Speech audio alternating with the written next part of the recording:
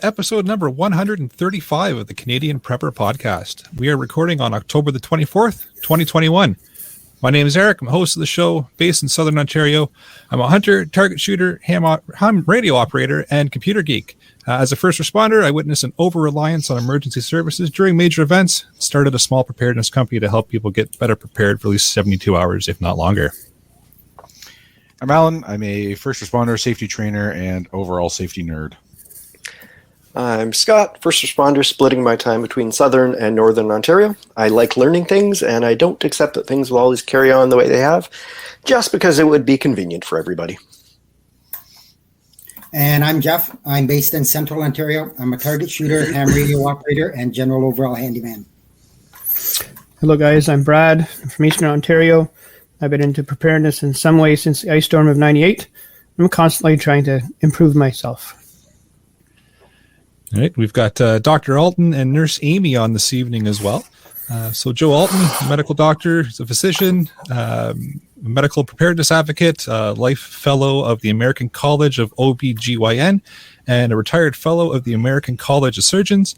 Amy Alton is ARNP and CNM, is an advanced nurse practitioner and certified nurse midwife. Together, they are the New York Times and Amazon best-selling authors of various books, including the Book of Excellence Award winners in medicine, the Survival Medicine Handbook, Alton's Antibiotics and Infectious Disease, and Alton's Pandemic Preparedness Guide. They contribute to magazines like the American Outdoor Guide, Backwoods Home, Off-Grid, Recoil, Survivor's Edge, and others. And their website at doomandbloom.net has over 1,200 articles, podcasts, and videos on medical preparedness. They're also the designers of an entire line of medical kits at store.doomandbloom.net. Want to help support the show and keep the Canadian Prepper Podcast on the air? Buy some swag. We have both the Canadian Prepper Podcast t-shirt and the tactical Velcro patch at www.prepperpodcast.ca. All proceeds help keep the lights on and the backup generator and or wood gasifier fueled. If you are enjoying the show, please take a few minutes and like us on Facebook. Submit a review on iTunes if you want to. We also want your feedback, good or bad, even just a topic you want us to cover. You can email us at feedback@prepperpodcast.ca. Also, check out our new Discord server. Link in the show notes, in the live chat as well, or message any one of us and we can get the link to you. All right, so we've got some medically prepared content for you in this episode. We're going to start off with some preparedness-related news articles. Next, we're going to let you know what we've done for our preparedness since the last episode. Then we're going to get into the main topic, the Survival Medicine Handbook. So as everyone has already noticed, Ian is missing tonight. That's because he's trapped under a essentially a cyclone on Vancouver Island. He sent us a note just before the show showing how dark and dismal things are, with the hope that he'll be back again next week. So we wish Ian all the best and glad to see that his preparations are helping him stay warm, dry, and reasonably comfortable under a really nasty situation. We'll give him a bit of a break tonight. A little bit. We'll still cut into him a bit, I'm sure. There's an article here about the retailers and the store shelves in all over the U.S. that they're facing everything with one item deep, one or two items deep, creating the illusion of full shelves so as to not incite panic and unrest. There was a hashtag going around on Twitter of empty shelves Joe, and then the Twitter cops took it down. I don't know how they do that. I'm not on Twitter. But a lot of people have been going around reporting that the same thing is happening at their stores as well, and this is going to be interesting. Lower your expectations, everyone. Stock up now. On more than just toilet paper. Nothing wrong with having 1,000 rolls of toilet paper. Hey, Jeff. So I have an article from the Financial Post. Propane prices have tripled in the last, I'm going to say 6-8 months. and it's probably just going to continue to get worse. Obviously, supply and demand with everything going on with our nice virus there and all of the ships being trapped and all of that stuff. So I don't quite go as far as the article does. It says U.S. markets brace for an Armageddon. I don't think it's going to get that bad, but it's definitely going to be a hit in the pocketbook if you heat or use propane at a fair amount. Just in time for winter. Goody, goody. This is my first year. This is my first winter with a propane furnace. I had an extra tank added on when they installed it, and I'm waiting for them to come and fill it. My last price for fill was 76 cents a liter or something. I'm waiting to see what the price is now. I'm thankful that I've prepaid and have a credit of like $400 with them, so I'm hoping to gently use that over the winter and not go broke trying to heat my house. Well, fingers crossed.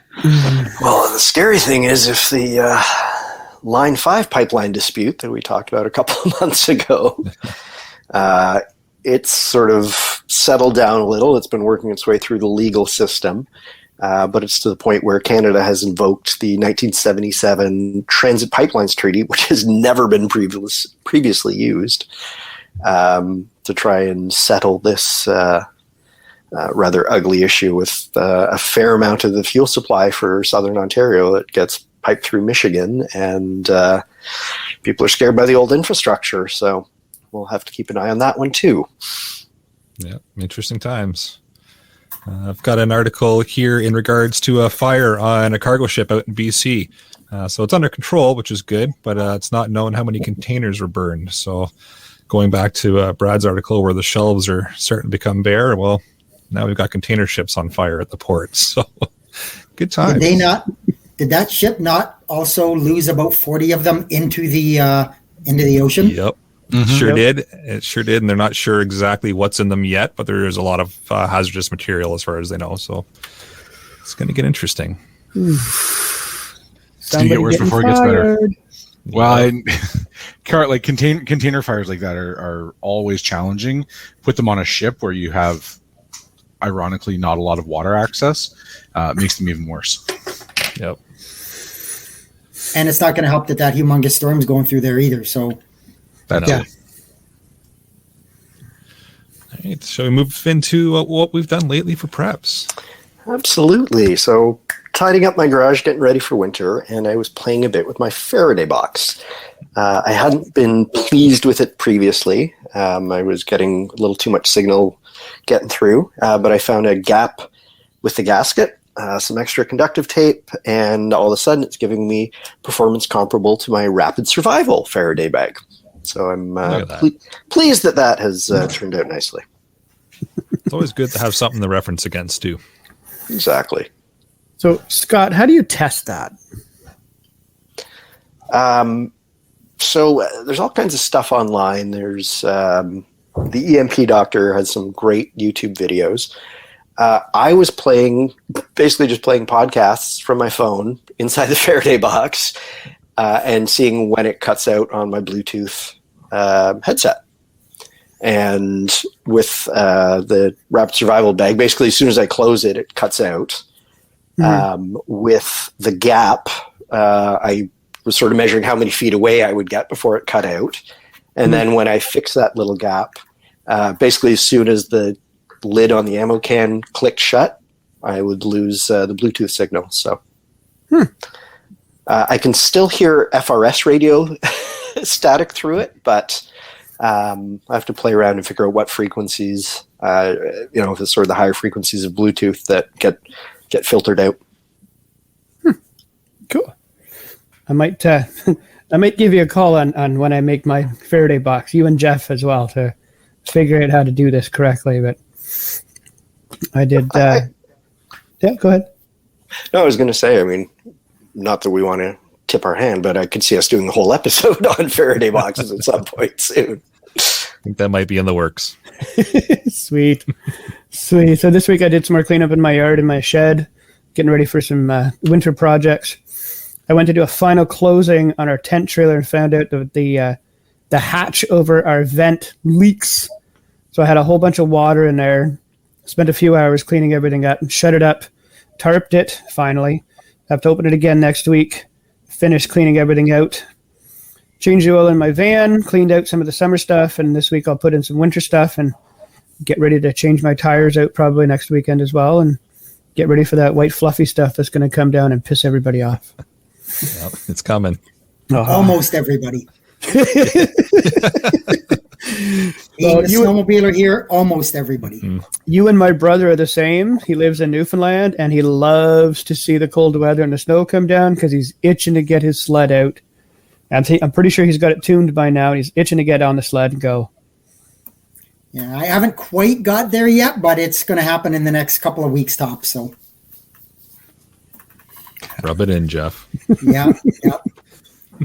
So I got back to work, actually, like Scott did, working on my large Faraday box. I'm presently putting the wheels on it so I can get it around.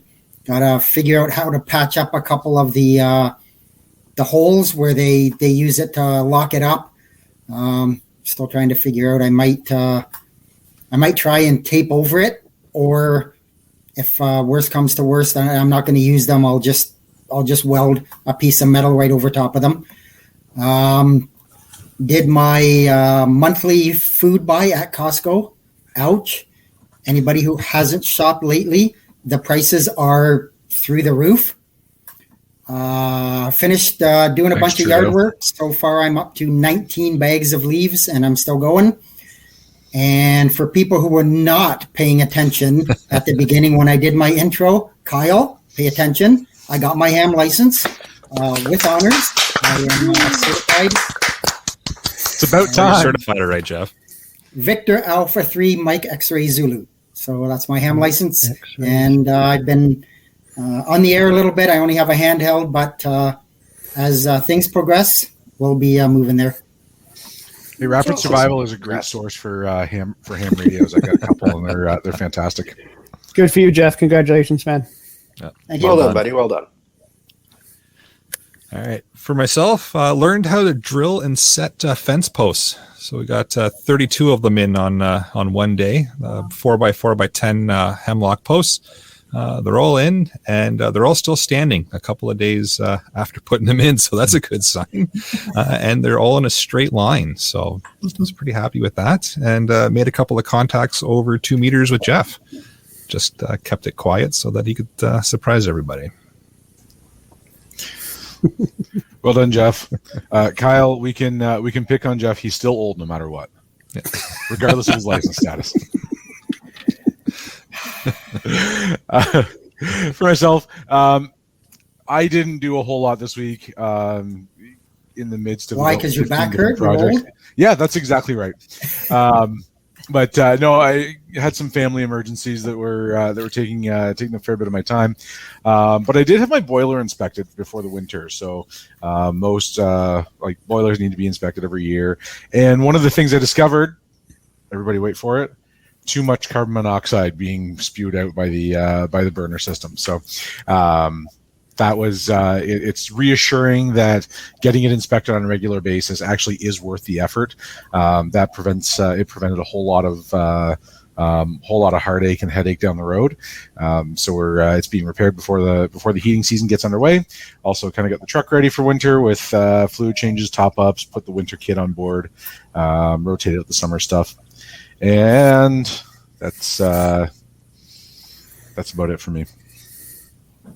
Awesome. Very cool. Do a quick Discord update? Yeah, we've talked about Discord, the new group we have going on the podcast a couple of times, but it sort of occurred to us that we hadn't done a good job explaining it to anyone who wasn't already on Discord. I joined Discord just because of this. I hadn't been on it previously. Super easy to join, and it's a great format. They have all kinds of different threads for all sorts of topics under our group, our little server. It's quite pleasant to browse, super accessible and easy. It's available 24/7, and anyone is welcome to come join us in the post-show live chat. We just kind of continue chatting about the subjects of the day or whatever else. So we definitely encourage people to sign up and come see what it's about and find some neat resources. I think Eric's been posting the link in the live chats. Yep, the link is up there now. And yeah, after the show, I hop in while I'm doing the editing and stuff. So if anybody's got questions or things they want to talk about, I'm happy to throw my 2 cents in. But with that, let's move into the main topic. But before we do, a quick disclaimer. All the information and opinions voiced are for entertainment purposes only and do not represent medical advice or for anything but in post-apocalyptic settings. Please seek modern and standard medical care wherever and whenever it is available. But with that, let's move into the main topic. And we're going to be talking about Dr. Alton and Nurse Amy's new book. It's the 4th edition. And we've got a whole bunch of questions for you guys. So we'll just start firing away and we'll let you answer them. Sounds good. You know, what I'd like to do, Eric, if that's possible, I know that Ian isn't here today, but he was kind enough to send a few questions. I think a couple of them are really good ways to start off our conversation about our new book, and of course, a lot of survival medicine topics that I think are going to be important. And Absolutely. So I want to read just a couple of the questions and give answers to them. And Perfect. This first question was what led us to actually putting out a latest edition. We've got a perfectly good 3rd edition that was number 1 in its categories for so long, including the day that we published the 4th edition. So why would we actually do it? Well, our 3rd edition had passed its 5th year in print, and for medical books, that's getting a little long in the tooth. A good interval to publish updates. We have so much new information that we wanted to add in, so many articles and stuff that we had, and new topics that we had added on to our website that we wanted to put it into an anthology of all of the medical information that we have in the Survival Medicine Handbook. So it couldn't be just 10 sections like the 3rd edition. Now we have it out to 35 different sections because we didn't want 10 sections being too general. So we wanted to separate things out in such a fashion that you get a lot of detail. So now we talk a lot about anatomies.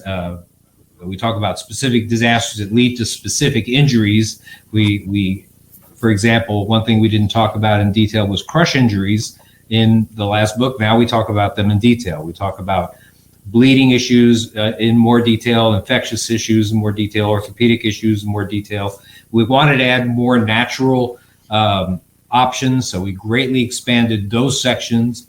Plus, new items are always coming out in medicine. So a lot of new tourniquets are out since the last book, so we added them in there. A lot of new hemostatic hemostatic dressing brands. New tourniquets. IT clamps are new. Zip stitches are new. I brought an IT clamp with me. I'll have to get it while you're talking. And lots of other things that just weren't around. Nursing care. When the last book was published. And Amy put in an entire section on nursing care. And no other first aid book, no survival medicine book who, used our name, has in their section because nobody thinks about that. But that's the whole point of long-term care is that your patient's injured. I mean, if they can get up and walk around and go out and do gardening and whatever, they're not truly injured. They're, hurt. But somebody who's truly injured, who's truly bedridden, needs nursing care. And there's very few people out there, including all doctors, no offense, paramedics, EMTs, emergency room doctors, whoever you are, unless you're actually a nurse who does either home health or floor nursing, who understands all of the concepts of how to take care of someone who's stuck in bed. And it's not a matter of just bringing them a glass of water or a food tray every couple of hours. There's a lot of things that go into caring for someone who is not terribly mobile, who has limited mobility or no mobility at all, preventing bed sores, how to wash them, how to take care of them, how to do vital signs. I mean, there's so much that goes into caring for someone. And when you don't have that hospital to drop them off at, guess who it lands on? The person who's taking care of them, or the family group. Medic. Exactly, or the group of people. And you need to know all of these things, or these people are not going to get better, they're going to get sicker. which leads us to the actual true question. Do you believe, does your audience believe that there is a chance that there may be some event that may occur that may lead to a long-term lack of access to modern medicine? And if that's the concern, then this is the book for you. If it's not, you have no belief that anything like that could possibly ever happen, then a first aid book is perfectly fine. Right. Now, another question that the actual. the actual book, yes. The actual book. I actually have one. This is the new cover. Right. Totally redesigned. We had to actually make it, and it's now an 8x10 book. It's huge. And the back cover. 700 and something pages, 8x10 book. The last one was 6x9, and it would have been probably 1,000, 1,200 pages. Oh yeah. Otherwise, another question Ian asked that surprised me a little bit was, now that the option of fish antibiotics is not there in Canada, at least, any idea for alternative sources? Well, if you're talking about Thomas Labs, you're right. There was significant pressure placed on them to discontinue their line of fish mocks type products. But there are dealers that still exist that do have DHL international shipping rates and USPS international priority shipping. Fish mocks, fishflex.com, which is sort of funny. It's now an anachronistic name. Because those products don't exist anymore. Because the name of it doesn't exist anymore. But they still sell fish antibiotics made by other companies. And I've looked at these antibiotics that they are indeed the real thing. But the thing is that it's important for you to know that they will not be. I don't believe that these will be available. What's the name of that one? This one is the Aquacept. This is so that's Keflex. Keflex Or Cephalexin. Keflex with a new type of label. So they're still available. We just recently bought this just to make sure that they were available and that we didn't need to give our DA license or anything like that. Right. And they're real. You guys look them up on pill identification.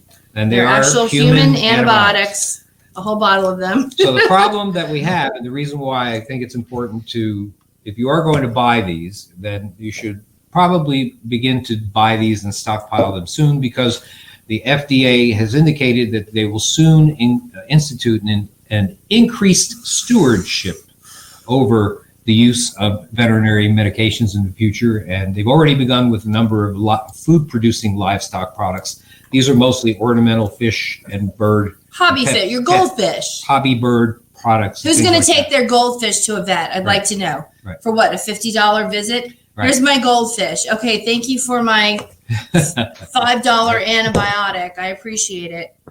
So now I want to say one last question. There's going to be a lot of flushed goldfish. He sent me, thank you for sending me a lot of questions. Nope.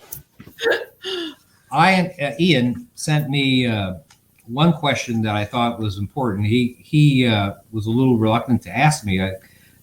He said optional to answer, but the question was, since your last visit, SARS-CoV-2 has morphed into a semi-permanent fixture. Indeed, it has become endemic.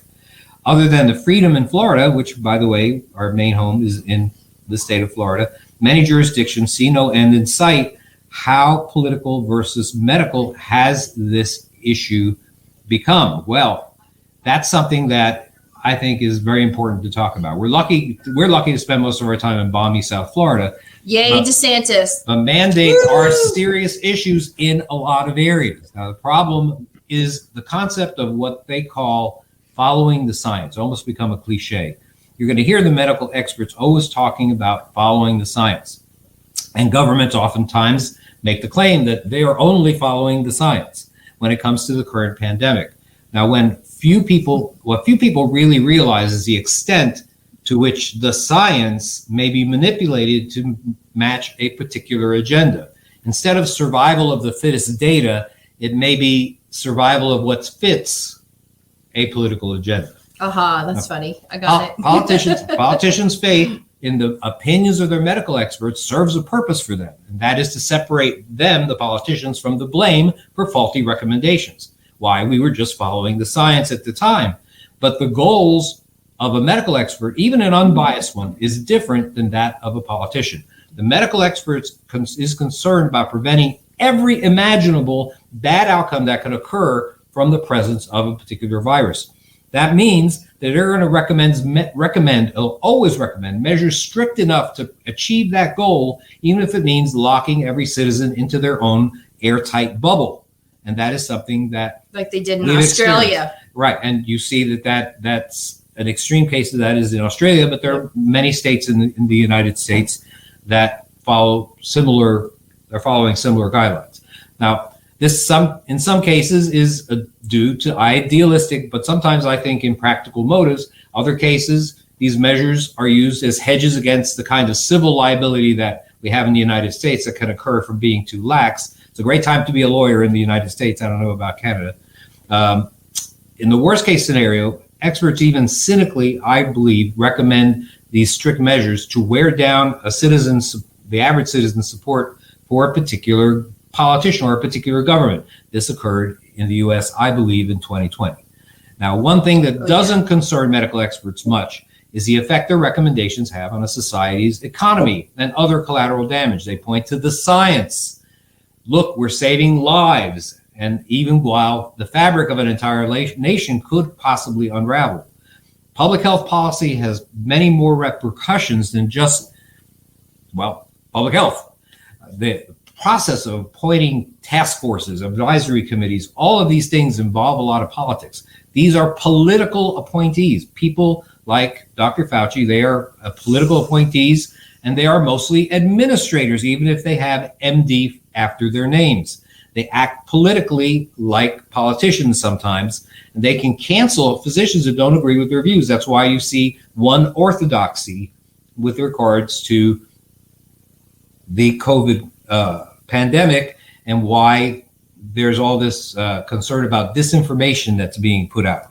And whether is that disinformation? No, it's called censorship. That's what that is. That's right. Shutting down the opposite opinion of what you say is the fact, and everybody else gets shut down.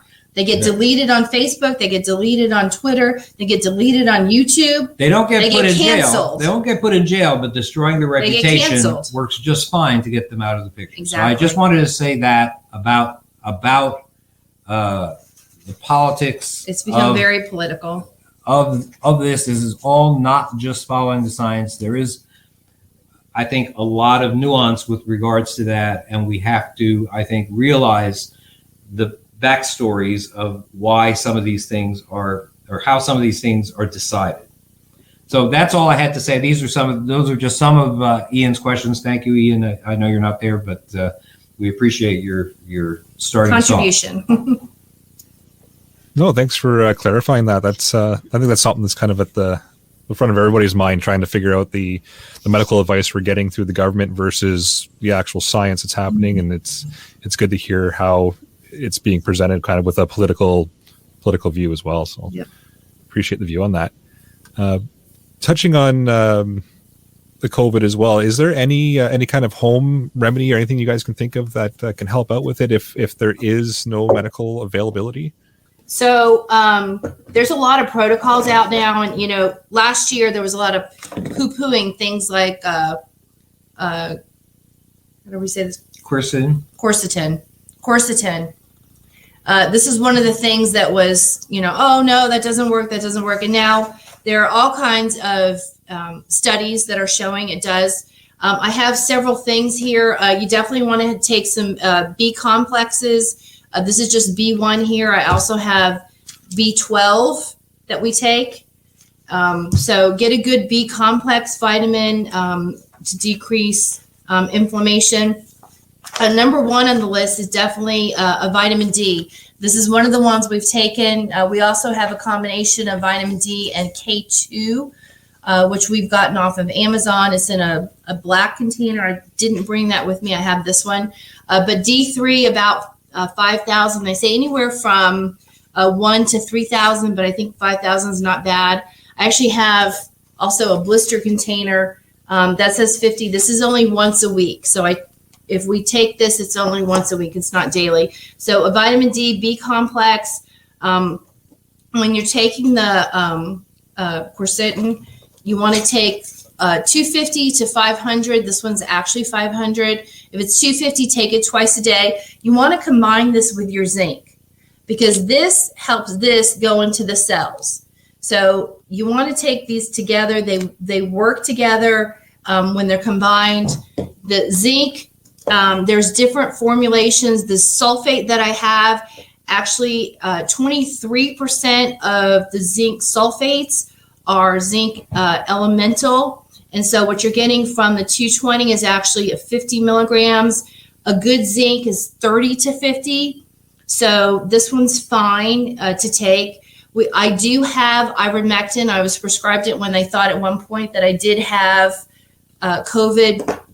If you can get a hold of that, they're recommending about 12.5 milligrams twice a day for infection. And then you can take it on a second day. It's only a 2-day protocol, which is interesting.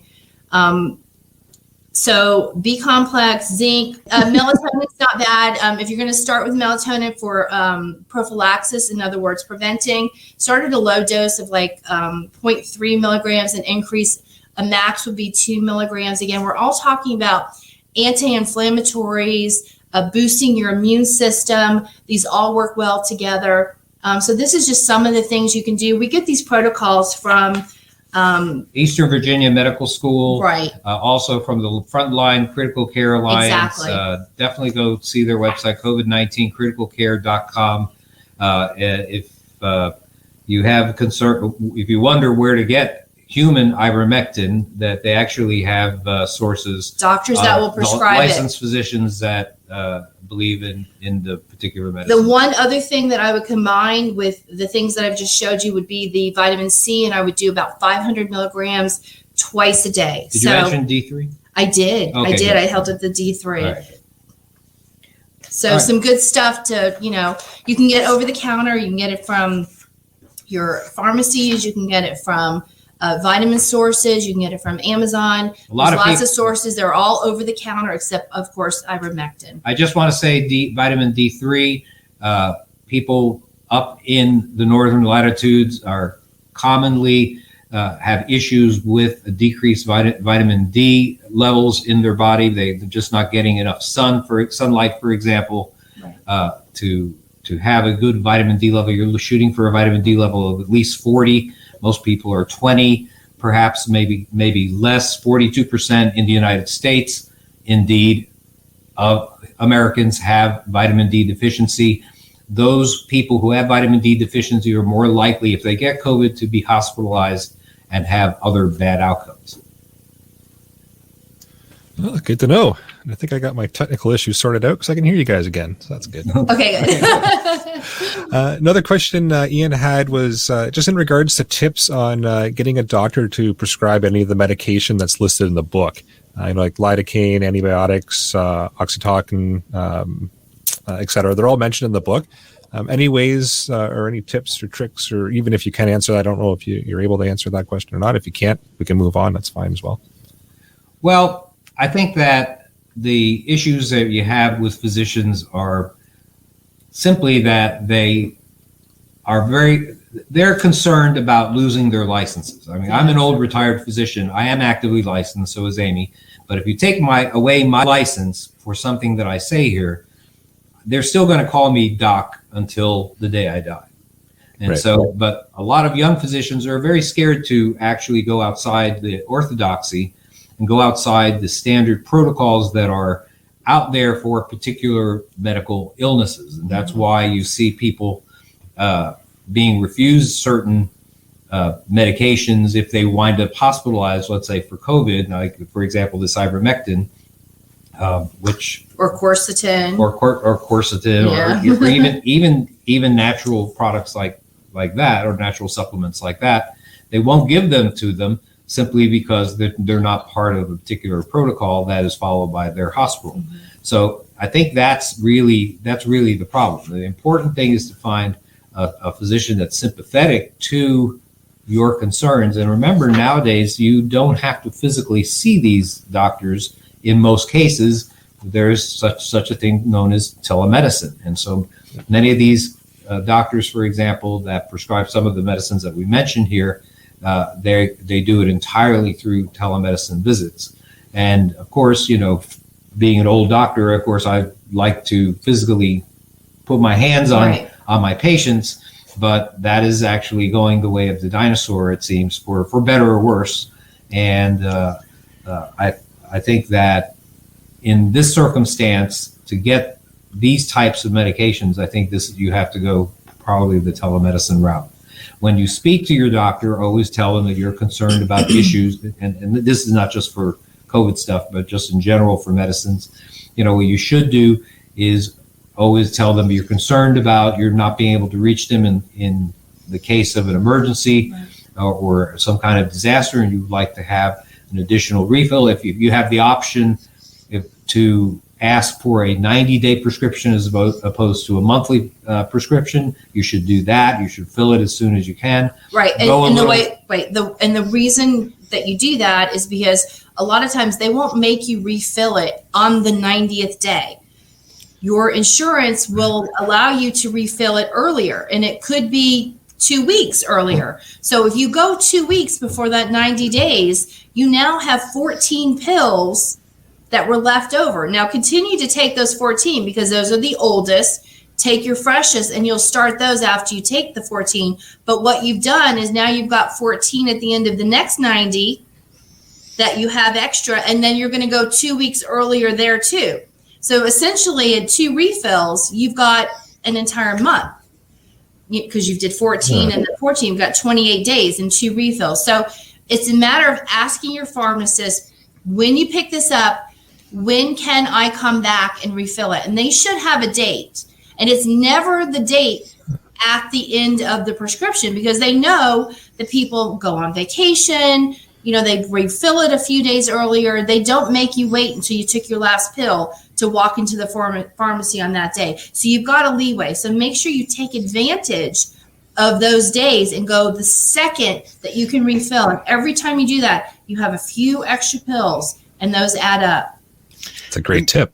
What about things like acquiring for my, for my medical kit, my home or family medical kit, things like antibiotics, salbutamol, whatever it may be, something that maybe isn't maybe I don't need a prescription for right away, but I want to have on hand anyways.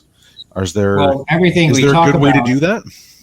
Everything we talk about basically is for you, not necessarily for use today, but for stockpiling for disaster settings and survival scenarios. So yes, so basically, for example, with the antibiotics, if you go to a place like fishmoxfishflex.com or chewy.com, or also there's Valley Vet. They're in Canada. But some of them do have. Yeah, some of them only go to the 48, the contiguous 48. But you told me some of them have Canadian shipping. Yes, right. Fishmox Fishflex. Fishmox Fishflex. All one word.com. All right, so they'll ship to you. So any of those antibiotics. So basically, what you do is you can buy. If you go to your doctor, you'll get maybe if he's sympathetic, you might be able to get a prescription for a course of antibiotics to have around. Maybe a Z-Pak or a Tamiflu. But if you're the family medic, you need at least 100 capsules. You need enough for much more than one course of antibiotics if you believe that there might be a long-term event, right? Right. So you should get these in advance, and these are sold in lots of 30, lots of 100. How many are in here? There are this one. 100. 100. So this is 100. 100 capsules in there. 100 capsules of Caplex in here. So even the most sympathetic doctor will not give you this. However, you can get these without a prescription. Right. And as I said, that particular site happens to have DHL international rates and the USPS international priority mail. So I assume those go to Canada. So those are some of the things that you need to do. Of course, there are Indian pharmacies, which I can't vouch for the quality of their products. Right. And also I can't vouch for the supply chain anymore either. At this point, right. So, it's very possible. Do they even have them? Those containers that are floating in the ocean may have a few billion doses of salbutamol or other medicines. That might be somebody's order of some prescription drug there, but we'll find out someday. You can get those. I can't vouch for their quality. I haven't had we haven't ordered them. Done business with them, but they do exist, and people can seem to. Oh, I did get a bunch of Z packs from them though. You did? Okay. Yeah. All right. And I got like. And we're still here. And by the 30 way, packs, we do use 30 these, boxes of Z packs. We do use these on our own persons when it's appropriate. Yeah, no, I've been taking this for my sinus personal infection. I'll literally take it right now. I get that. Here's right here. Wait, I have to get a drink. Hold on. I need something more water. We do have a question in the live chat from Kyle, just asking if we can talk about the half-life of medicines like the fish antibiotics. Well, that's interesting. The potency of these medications are, in the past, it was thought that they were defined by their expiration dates. The expiration date is the last day that a drug company, a pharmaceutical company, there she goes. All right, we have to watch her. We'll watch her for the next few minutes. If she keels over, then you know that this is not for you. All right. I looked him up. I know it's real. All right. In any case, so expiration dates are the last day that a pharmaceutical company will guarantee 100% potency. You're talking about half-life, 100% potency of their drug. So that date is, from that date on, the company guarantees 100% potency. Now, does that mean that if you take it the week afterwards or the month afterwards that you're going to grow a horn in the middle of your forehead or a third eye? No, that's not what that means. And why do I know that? Because the Department of Defense has a national strategic drug stockpile, and that drug stockpile is for use in peacetime disasters and other major disasters. And those drugs are basically there in millions of doses, probably, maybe billions in some cases. And they just sit there until their expiration date. In the old days, the Department of Defense would take them, get out the forklift on the expiration date, throw out millions of doses and probably hundreds of millions of dollars worth of these medicines and put them right in the dumpster or however they disposed of them safely of. Well, even the Department of Defense in the United States, which is incredibly wasteful in some cases, realized that this might be wasteful. And so what they did is they did a study. The study was known as the Shelf Life Extension Program. The Shelf Life Extension Program evaluated 122 medicines that are most commonly used during peacetime disasters. And they found that almost everything that was in pill or capsule form was still 100% potent and not dangerous to take between 2 and 12 years beyond their expiration date. And some of those medicines that were 2 years, they were just 2 years over.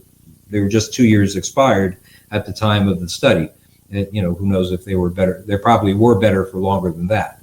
And so as a result, the term emergency use authorization came about, not just for emergencies like COVID and these vaccines and things like that, but for medicines that are in short supply. For example, the medicine doxycycline, a common antibiotic, one of the most commonly prescribed antibiotics in North America, received an emergency use authorization when there was a limited supply of it available for 5 years beyond its expiration date.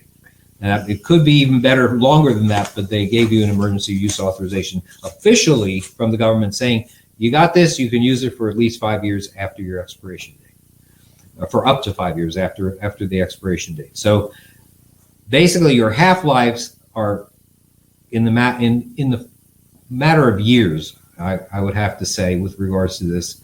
And I wrote an article about this. One of my first articles was The Truth About Expiration Dates. And you can find that online at Survival Blog and some of the other, and of course on our website at doomandbloom.net. And it also has the link to these studies, by the way. By the way, the medicines that were in liquid form, did not fare so well. So if it's in pill or capsule form, everything I'm telling you, I stand behind. But with liquid medicines, it's much less certain that they're going to last. They usually lose their potency much quicker than that. The only exception to that is the Epipen. Right, the Epipen. There's a study that occurred in which they used EpiPens that were expired for about 3 years. Epipen is epinephrine, is used in people who are having severe allergic reactions or anaphylactic shock. And these medicines, these are auto injectors. You stick them in your thigh, and they found that even EpiPens that were 3 years or so expired were up to 80% effective. Now that means that you might had to give a second dosage, but the company felt strong enough that it was useful that if you don't have anything but expired EpiPens, even the company itself tells you to use the expired EpiPen and maybe have a second one available so that you can give a second dose if it's necessary. That's awesome. That's really good to know. Speaking of EpiPen, yeah. And we have it, and this is what the EpiPen is. Yeah, this is another thing. Another thing that's very important to have, because Yeah, here's the EpiPens. the reason why Comes the in a family 2-pack. the reason why the family medic should have this is because if you wind up having to go on the road Like this. after a disaster, it's no longer safe to be where you are. You're going to be exposed to a number of things. For example, if we wound up in Florida being, I don't know, invaded by Cuba, and we had to get out of Florida and we had to go to Canada, well, who knows if there are venomous insects or plants that we might be very allergic to. I might have an allergic anaphylactic reaction to it, and that's why every medic should have EpiPens available, because if you wind up having to go on the road, you don't know what you'll encounter, and a member of your family may be very allergic to one of those substances. EpiPens versus generic. Generic auto-injectors are fine. Cloudy, absolutely. Any liquid Right. that was what was clear when you got it and it's cloudy now, no good. Other things that are bad. Saline, IV fluids. Right. The things that have also solids that have sort of settled to the bottom. If they have solids settled to the bottom, usually that means that it probably is not something you should use in terms of liquid medicines. Right. Good to know. Kind of building on the EpiPen, it wasn't a part of my questions originally, but I know that in a hospital setting, we often use epinephrine in cardiac arrest situations. Is the EpiPen dose anywhere near enough to be effective, or should we save it for an anaphylactic reaction? Well, I mean, if you have someone dying from a cardiac event, then you certainly could consider using the epinephrine. The only problem is that a person having a cardiac event, if you are able to get them back using CPR and using all the methods that you have available, in a situation where there's no longer access to modern medicine, there is no intensive care unit or cardiac care unit to take this person to. And so since that's all that we write about, we don't particularly write much about that, because those people are not the kind of people that you will be able to save. Right. If I have a heart Exactly. attack and I lose a certain amount of heart muscle because of lack of oxygen to it, even if you manage to get me back using CPR, Or epinephrine. it's rare Right. that a person that is resuscitated with CPR is able to live a normal life without having to spend a significant amount of time in a cardiac care unit with advanced technology. Which we won't So have. it wouldn't be worth the effort, and we should save it for a more viable. Well, patient. You know, Yeah, I'm not going to say that. If it was my husband and I've got it, I'm using it. If it's your wife, you know, your father, your mother, we're all going to go to the links, and including CPR. Think about it. You're out in the middle of nowhere. Even if the world hasn't collapsed, your phone doesn't work. You can't call anybody. Am I going to not do CPR on him with no hope of getting hold of anybody because my battery died or I have no cell phone service? I'm going to do CPR on him until I'm probably physically dead myself. I'm just going to do it. It's like, if I have the medicine in my hand, am I going to say, oh, well, you know, he's old. I've got a child over here that might need it, you know, because they have severe allergies. Am I going to save the medicine? No, I'm going to give it to him. So it's ethical decisions. We're depends. all going to go by our heart and our love, and it's going to be really, really tough there. I don't think personally that I could not give him something because I'm saving it for someone else. I don't think I could do that. It depends if you are essentially the family medic. If you're the family medic, I don't want to think about it. if you're the family medic, or if you're the community medic, you may wind up starting off as a family medic, but you may end up as a community medic. And in those circumstances, you may make different decisions, and it is only human to do so. And I give you permission to do so. Yeah, you're going to feel guilty about doing that. Your heart's still going to lead. But that's the way it is. Your heart's still going to lead. Now, medicine, I see Kyle mentions medicines to stock up for barter. And I just wanted to talk to you a little bit about barter. John Wesley Rawls and some of the other survival experts say that ammunition is the most valuable barter item. And in this, I disagree completely with them. I believe that medical supplies are by far the most important, just after food, the most important barter items, because there are going to be a lot of people that are going to have the ability like this to make wounds. Quick clot. There'll be a lot of people that have the ability to make wounds. Or quite a Sam. There'll be very few people that will have the supplies to heal wounds. And so it's important to have the ability to have the supplies that you can use for barter. Now, by the way, speaking of which, although I think it's important to have barter, to barter, but I think that it's also important to, I think it's important to be able to consider the use of barter.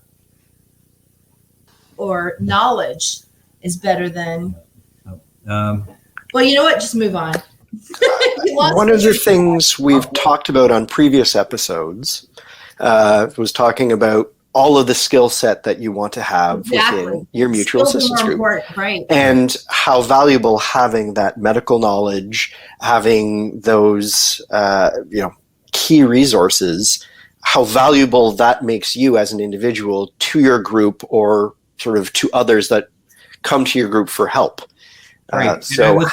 What I would like to say, and before I lose my train of thought again, because I'm losing brain cells so quickly, the fact that if you have barter materials for barter, people in general don't use them to specifically help people. What they do is they use them to. You lost it again. Lost again. What the hell? It's okay. That's right. I'm sure it'll come back. It's, you know what? Something along the lines of trading skills rather than trading equipment. Well, yeah, and you know what? We build up silver and we build up gold and we build up medical supplies and we build up knowledge.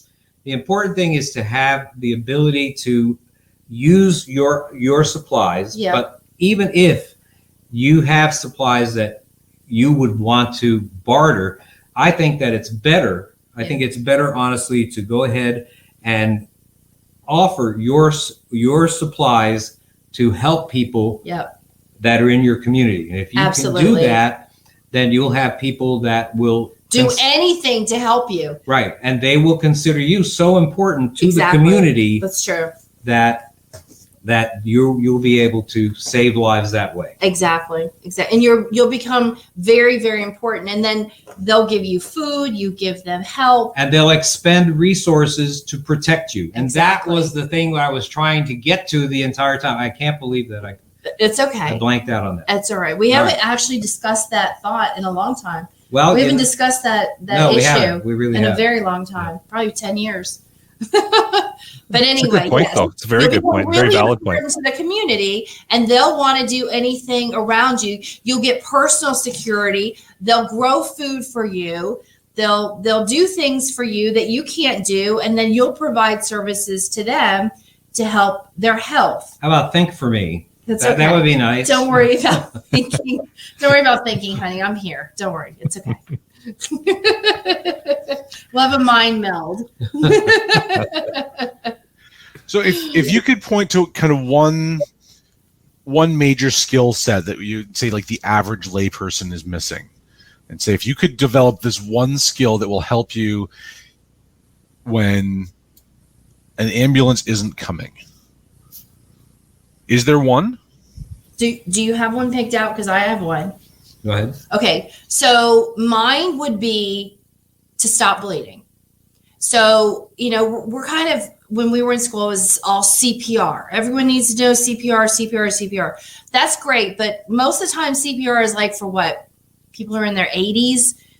Stopping bleeding is for anybody, and especially children who are reckless and do things without thought, jump off. You see the YouTube videos all the time, or the world's stupidest Instagram's page, kids getting hurt, is my favorite thing to watch. I can watch kids falling down all day. Videos. That's what we love to watch. The people like I'm going to skateboard off the roof and land, and do a double, triple thing, or land in this garbage can, or the skateboarders that go on the railing and they fall on between their legs, and then they hit their whatever, and their legs going this way. Anyway, bleeding is for anyone. So for me, how to stop bleeding? Car accidents, your kitchen. I don't know how many times I've cut myself with a knife. I keep those hemostatic gauzes that I showed you guys in my drawer with the knives and the forks and the spoon. There's also a little pack of hemostatic gauze and bandages because I know I'm going to need it really fast. But how to stop bleeding for me is probably the biggest thing that we should be teaching kids from age 5 through 12th grade and in college and everywhere. How to stop bleeding. You're going to save more lives in your lifetime if you know how to stop bleeding, whether it's yourself, your spouse, your child, or someone you run into anywhere. Now, I'll say this, in a survival setting, bleeding is certainly, and hostile encounters and things like that, those are indeed things that you do need to know how to deal with. But the most deaths, in my opinion, that will occur if we wind up getting thrown off the grid and just thrown back into the 19th century medically is going to be exposure to bad water and poorly prepared food. True. So I think one of the most important things that is skills to have is the knowledge of several different ways on how to disinfect water, because if you can't count on good water, then you're going to wind up having losing a lot of people from things like dysentery and from other similar types of diseases that killed so many soldiers in the American Civil War, for example, in the 19th century. Now, that's something you're right, that is very important. And the thing is, we're also used to just turning on our spigots and having clean water come out. And even if you have a well, like when I lived in Georgia, when I grew up half my life, we had a well. Well, we knew when we got the well water out, like it was clean. But, there can be contaminations in the future. Or if you are on city water, like we are here where we are, and also in South Florida where we are, we're up in Gatlinburg, Tennessee. But both of these locations are city water. If that system goes down for whatever reason, we don't have clean water. And I'm sure most people have no idea how to make their water potable or drinkable. They just don't understand that there are things in lakes and rivers that can kill you, that can give you diarrhea. And after a period of time, you're so dehydrated, you just die. People just don't think about water contamination and how sensitive we are to that system breaking down and killing a bunch of people. And it's funny you mentioned that, because we've just had an incident up northern Canada in Iqaluit. I'm not sure if you've heard about it, where their water system was contaminated with some sort of fuel, be it diesel or whatever, and they were told no drinking, no bathing, no cooking, but they were running out with buckets and taking it out of the local river and stuff like that. And even they were saying, yeah, that's great, but what might be a contamination in that water that you think is safe in the river and it really isn't. And a lot of the clearest mountain streams that you'll see, here we are right now, we're spending a little time in the Smoky Mountains National Park here. Right. Even the clearest mountain stream here streams here have colonies of Giardia, which can cause a pretty significant diarrheal disease. You know, get you. We call it sick. beaver fever around here. Okay. Oh, beaver there fever. You go. Yeah. Because you don't want it because of beaver, contamination of beaver feces and stuff. I'm sure, right? Yep, and on that kind of line, we've got there's all kinds of kit, there's all kinds of things we can improvise. I know a lot of the handbook talks about the things that you have that you can make and use for healing somebody. If we've kind of talked about hemostatic gauze, touched on that a little bit. If there was one kind of item that you could point to that's kind of a modern medicine item that you would consider indispensable, is there something that would be? I would say tourniquets. That would be my idea. I mean, I wouldn't want to live, and I don't care what kind of tourniquet. This happens to be a cat tourniquet. It's Velcro based, but I mean, and I can reuse this over and over. But again, it goes back to my whole idea of bleeding. So for me, this would be too difficult for me. I know you can use a wrench or a screwdriver with, some wide material, but for me, the quickness and the ease of use for this, this would be indispensable for me. Right now, from my standpoint, I think that it's more important to have things. If you're going to have a device that I think will save lives, believe it or not, I believe that device would be something like a mini Sawyer or a Life Straw or something that would make it relatively easy to guarantee that your water is safe to drink. So those are the things that I think that, like I mentioned before, I think bad water, bad food, that's going to wind up causing the most deaths in a survival setting. Life Straw. I don't have this open, but this is the Life Straw we have up here in case we have a breakdown of our water. As opposed to gunfights at the OK Corral. Now, at least I hope so, because every day you're going to have to drink water that might be questionable. I hope you're not going to have to go through, some kind of gunfight every day. Yeah, that's true. Fantastic. So over you're thinking bleeding control and kind of gastrointestinal health would be the kind of the two biggest categories. And the other thing that's I think is important is to have some way to dispose of human waste safely. So Sanitation. The knowledge to put together, now this is not a device necessarily, but the knowledge of how to put together a latrine for a group of people, if it's a community, or to know to at least have wherever you're disposing of waste be at least 200 feet away from your water source. I think that these are some of the things that are very important, basic things to know that will save lives without necessarily having a device involved. I mean, just simple knowledge. And so we talk preventing interventions rather than curing things. Right. We talk about all these devices, but we also try to impart the knowledge that a lot of it is common sense, but impart the knowledge that will allow you to have the best chance to, keep your members healthy. Right. Fantastic. That's awesome. What are some of the pitfalls that you guys see new preppers fall into when they're first trying to get medically prepared? Well, I think that the thing with new preppers is that they like the sexy, sensational stuff. So, the thing like that. I want to show this. Okay, so this is the IT clamp. So this is the newest, latest, greatest way to stop bleeding. We have a video on this on our YouTube video. So this is a blue clamp. It opens up. You see those teeth? The spikes? So that goes on the skin, and then you go, I just stuck myself. All right, well, it's prepared to go in, and you just clamp it like that. And it goes on either side of the laceration, and it pulls the skin together like that. like a hair clamp. The idea behind it is that it's supposed to cause the pressure to be so much when you close the skin tight over it, right, that even if the bleeding is deeper, that it winds up causing the bleeding to be enclosed in a confined space, forming what they call a hematoma, a collection of blood underneath.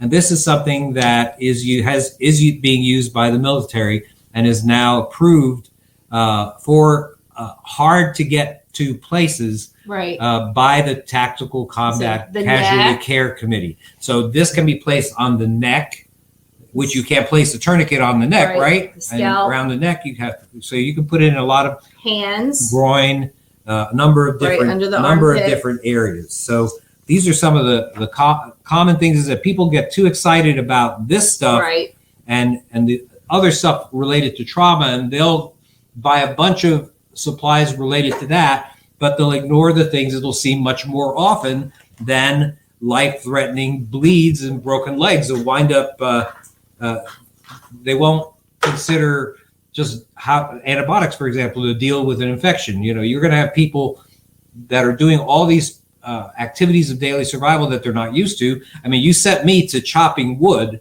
for fuel, and I probably am going to cut myself at one point or another. And so that cut could easily wind up getting infected, and it could start off mild and then eventually make its way into my bloodstream, cause sepsis, and from a 2-inch cut on my hand, I can wind up dying in a few weeks. So this is something that should we stop bleeding on this show? New preppers. I think there are new preppers who wind up having these problems, and they need to figure out also mundane things: how to put together a sick room, how to put together a hospital tent, how to, like I said, get rid of human waste. Right. Sanitation. What to do for somebody that's suffering from food poisoning, or how to deal with people, or how to follow people that have chronic illnesses that are in their group.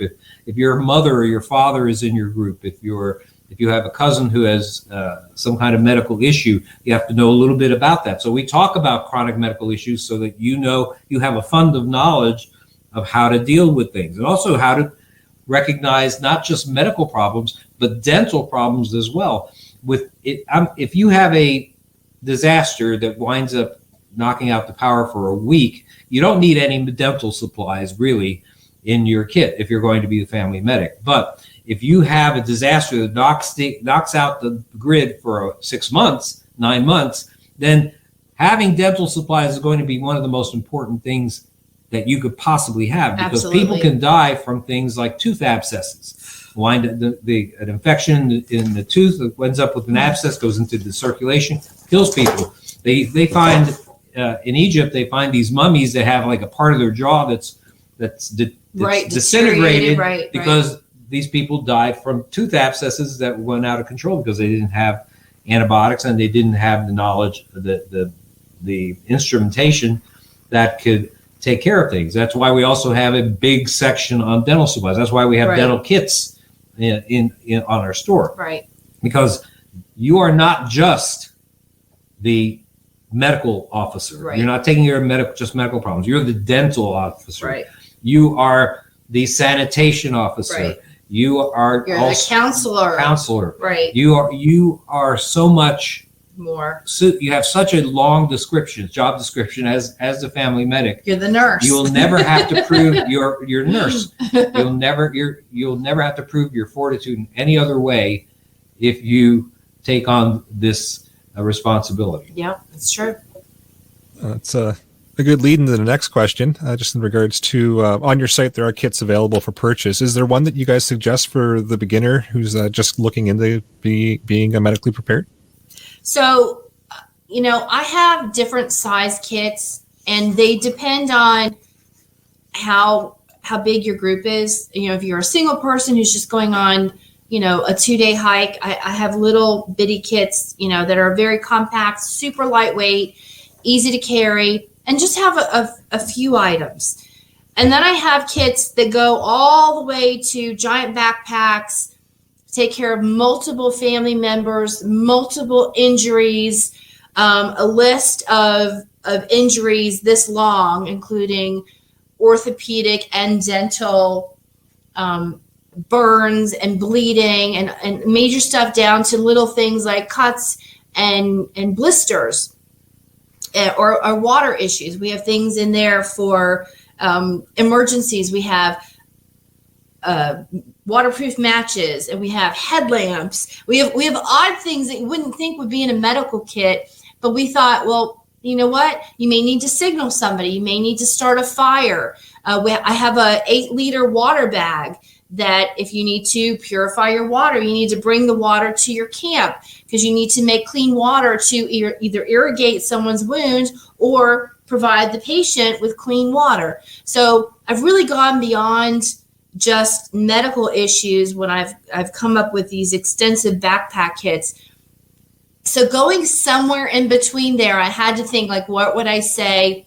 And what we actually carry when we travel from South Florida up into Tennessee, into the mountains, which is a 14-hour drive, sometimes in the mountains without internet. In other words, I can't call for help. I carry our medium kit, and that's literally what I have in my truck right now is our medium kit. Now, I have 2 different names for it, but they have medium in it. One of them is my old name, and then I made FSA, HSA, which are health savings account, safe names, and it always starts off with first aid medium kit. So you'll see these different names. They're the same exact kit. If you see the word medium in it, there's 2 different names, but it's the same kit. It's a trifold kit. It has everything from honey to, lighting to gauze to, it has a SAM splint for fractures. It has things that you need for hemorrhaging. It has the medical military tourniquet. It has the stretchy tourniquet that you can use on small children or very large folk that the military tourniquet won't work on. So it really does have a nice wide variety. So for me, what I would start with would be the medium kit. In addition to that, we have specialty kits. We have dental kits. We have now an eye care kit, eye care emergency kit, which is specifically for injuries of the eye, issues of the eye, infections of the eye. And then it comes with instructions that an article that you wrote on eye injuries. I'm very into instructions. So whenever you get a kit, you're going to have some kind of instructions. It's either going to have, or it will always have, if it has bleeding information, a waterproof sheet front and back on how to use the items in that kit to stop somebody from bleeding to death. And so it's on waterproof paper because it could be raining. There could be blood all over the place. And, if you have just a piece of paper, it gets smeared and you can't see anything. So those have waterproof instructions. Any of my bleeding kits, anything that has any kind of bleeding items in there.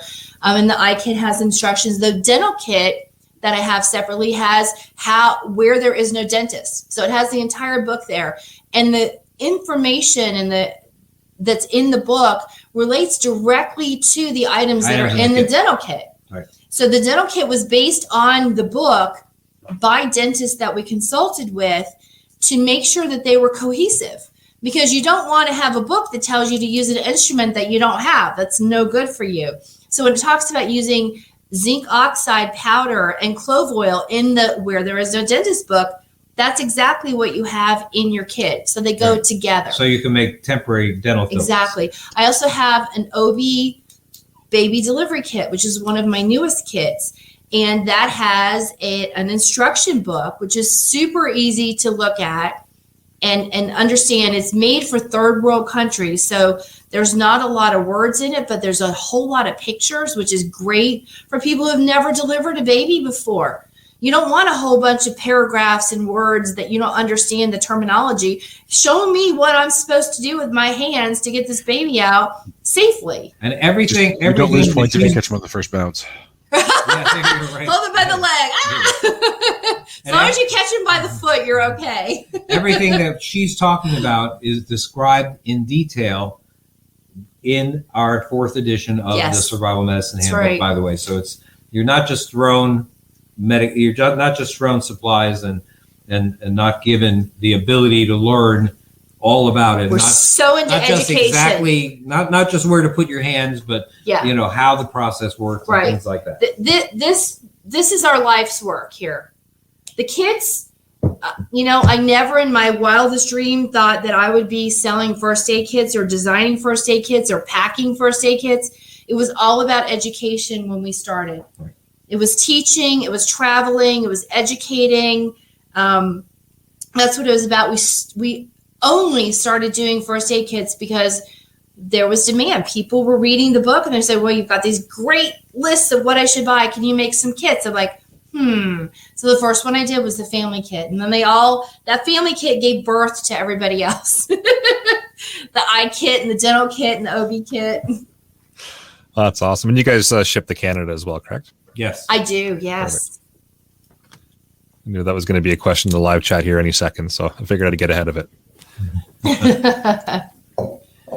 I see Darius said that was wondering if the IT clamp is difficult to use in a bloody area. Believe it or not, it works actually pretty quick to stop bleeding in bloody areas. But I would say something that no one else is going to tell you in first aid kits. Bloody areas, every device is more difficult to use in a bloody area because it is indeed slippery. And so that's why in our gunshot kits, in our kits that are specifically meant to deal with bleeding, that we have more than one pair of gloves because sometimes things are so moist, so slippery, and so on. So you just got to take off gloves real quick and put on another set. And so we actually give you additional sets of gloves because we know that that's going to happen. For example, another thing that people don't know is the Israeli battle dressing. Which have you guys heard of that? Yep. Okay, it's a compression dressing, and it is vacuum packed. But what people don't know until they find out very unpleasantly is that when you open up one of these, you think you have. Oh my gosh, you're opening it. Yeah, I'm opening it. He always opens up my supplies. When you open up one of these things, I have it open. I have the 6-inch opened up right here. All right, no, but that's not. I'm not But there showing is them a how. I'm not going to show them how There's to a use second it. package. Once you open this vacuum pack thing, guess what's inside?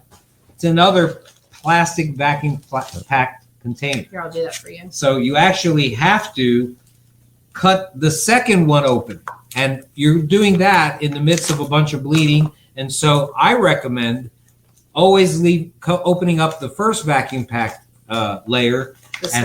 This vacuum pack layer, and this is what you're left with. You see, you still have a plastic vacuum pack layer to open. So that's why I put scissors in every single kit. That's right. Because you got to cut these open. You have to cut these open. You don't know about it, and no one ever tells you about it until you actually wind up having the unpleasant surprise of saying, "Holy mackerel! I have to open up this vacuum pack sealed plastic container." So what you do is take this, put it in this open one. That's why you can leave it in like this. It's still sterile and it's easy to take out. You use the scissors we give you to open it up. And the reason you have to use scissors is because your hands with your gloves on it are going to have blood on them. Too slippery. And there is no way. And you know what the military tells their guys? This is the funny part. They tell them to use their teeth. That's how they tell them. If you ask any military guy how they were instructed to open this up in the middle of an emergency, is to hold it and use their teeth and open. Can you imagine your bloody hand is holding this and you use your teeth? Yeah, no. Make sure you have scissors. And that's why we have a dental kit. Yeah, right. All right, I've got one final question here. Just in regards, have you guys noticed any misconceptions on medical preparedness that continually come up as people are talking to you? Oh boy, basically people think that because they have a medicine cabinet with a box of Band-Aids and a bottle of paracetamol, what do they call it? Paracetamol or acetaminophen or ibuprofen in their medicine cabinet and maybe an ACE wrap. They think that they're medically prepared. Totally prepared. That's not the case. Right. You need to have a variety of different types of supplies. We discuss these supplies in detail. And even though the book is for sale, all of the stuff that we talk about is absolutely free in as long as you're willing to do research in our 1,200 articles, podcasts, and videos. We talk about, we write about, you can watch videos about all of this stuff, absolutely free. But, this is why we talk about all the different types of supplies that you actually do need. And we really want people to have a varied amount of supplies, because there are varied amounts of medical issues that you're going to encounter. Right. And so I think that that's one thing that's really important. And the other thing is that, let's say you buy a medical kit from us, or you buy a medical kit from some other company, company that makes medical kits. The thing that I see people do most commonly with it is they take the kit, they don't open it, they just take it and they put it on the top shelf of the closet, and it gets dusty. And they forget about it. It gets dusty. What I recommend, I recommend that you do this with our kits as well, that we think we put everything where exactly it should be. However, what makes sense to us may not make sense to you. So I want you to take our kits, I want you to open them up, I want you to take them apart, dissect them, and I want you to move them back together, put them back together in such a fashion that it makes sense to you, because you don't want to open up one of these kits and say, oh, where is the stuff that stops the bleeding? You want to know that instinctively. So what makes sense for you intuitively as to where that should be may be different from what it seems like to us. And so that's something that I think is very important, and people never do. Very few people will do that, and I think it just makes me nuts that these things sit on the shelf without being actually fiddled around with. And that's leads to the point of training, using your items that you can reuse. Again, like this cat tourniquet, I mean, unless you use this 1,000 times, because eventually Velcro will give. But you can practice. You can practice putting this on yourself. I personally have videos. I'm sure other people do too, but I have videos of how to put these tourniquets on and set them up and use them. Of course, I'm killing myself right now. Well, you want to get to the point where you can put these on without thinking. One hand. And without thinking. There you go. And you have to know. I just set it up. You got to put the time on here so that everyone knows. But you want to be able to do this without thinking, with absolutely no thought whatsoever. How do I put this on and save a life on myself or on someone else? And it's okay to use these. These are not sterile items, the tourniquets. Now, your gauze, the main thing you're going to do is you can use even paper towels and we use pool sticks, pool floaties, and we've cut holes in them.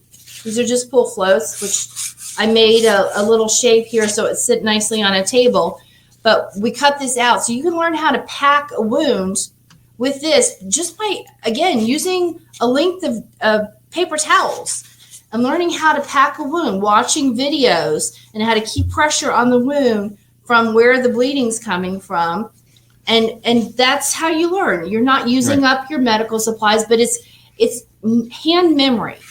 And once you've done it a few times, it's like riding a bike or swimming. When you have to use it and you have to do it, it's going to come to you because you've practiced it. And so as you can with practicing.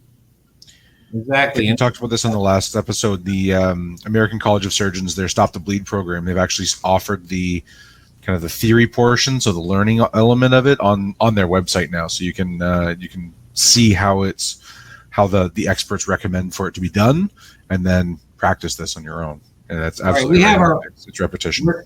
We're certified Stop the Bleed instructors through the American College of Surgeons, and on the we have our own stopbleeding.org. We have our own seminar that we have on Stop the Bleed that we put on Facebook, which is much YouTube. More extensive than stopthebleed.org. But the important thing is to absorb this information. When you take these classes, and when you take first responder classes through your municipalities, I think the important thing for you is to realize if you are concerned about an event that would take us off the grid, you always have to, as you learn each module in these courses, you have to say to yourself, what would happen? What would I do if I couldn't just stabilize and transport this patient? Because that is your goal that you're taught. That's what you're taught in these classes. Move them away from you. Stabilize and transport, pass on to the next highest medical resource. Right. Everything we write about assumes that you are the highest medical resource. Right. And so it's very important for you to think about these types of things. That's the medic mindset for survival. And if you can do that and you can have strategies, and that's what we've been trying, of course, for the last decade, to try to put out as many of these types of strategies as possible, well, then you're going to give your family the best chance of surviving in times of trouble. That's right. Oh, awesome. One question here in the live chat, just in regards to making a purchase of one of your guys' kits. Is the transaction when you're shipping to Canada still made in U.S. funds, or is it converted into Canadian funds on the website? I'm pretty sure it's U.S. funds, because the platform is BigCommerce, and that is a U.S. company, and I don't think that they're converting to Canadian dollars during the process. Sense. Yeah, I'm pretty sure it's U.S. Yeah, I missed that question. I knew that one would come up too. Standard e-commerce for Canadian purchases. But I do have the option for Canadian shipping, so they can do it automated. I did have for a time before they did that, where people would have to email me. Now, if you've got a large order, it's probably better to email me, because I think I just got a nice discount with FedEx to Canada. So if you're shipping something that weighs a lot of pounds, say even over like 15, it's better to email me at drbonespodcast@aol.com, and I can actually quote you probably a much cheaper shipping.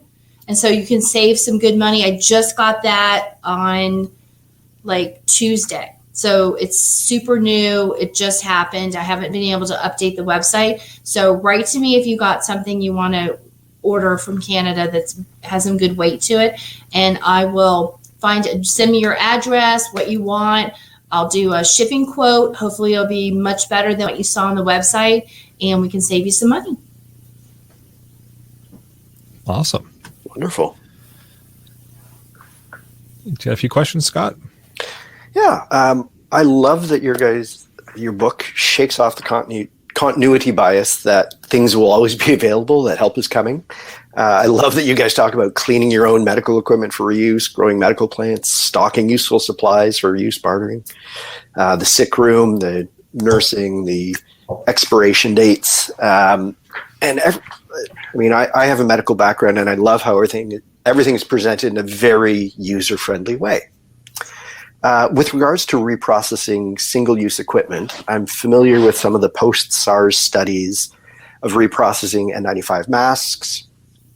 Some friends of mine actually built UVC-based sterilization to keep some of the long-term facilities supplied with PPE during that early onset of COVID.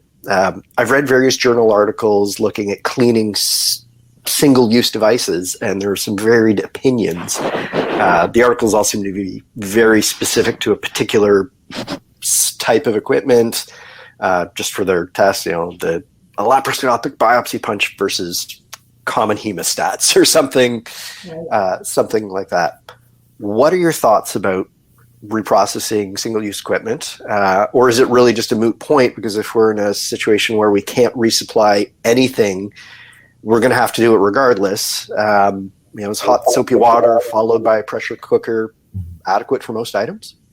Well, we discuss various ways to clean and disinfect even disposable items, like you mentioned.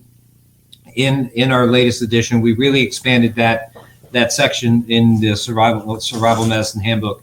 And we also talked about it in Alton's Pandemic Preparedness Guide, another one of our books.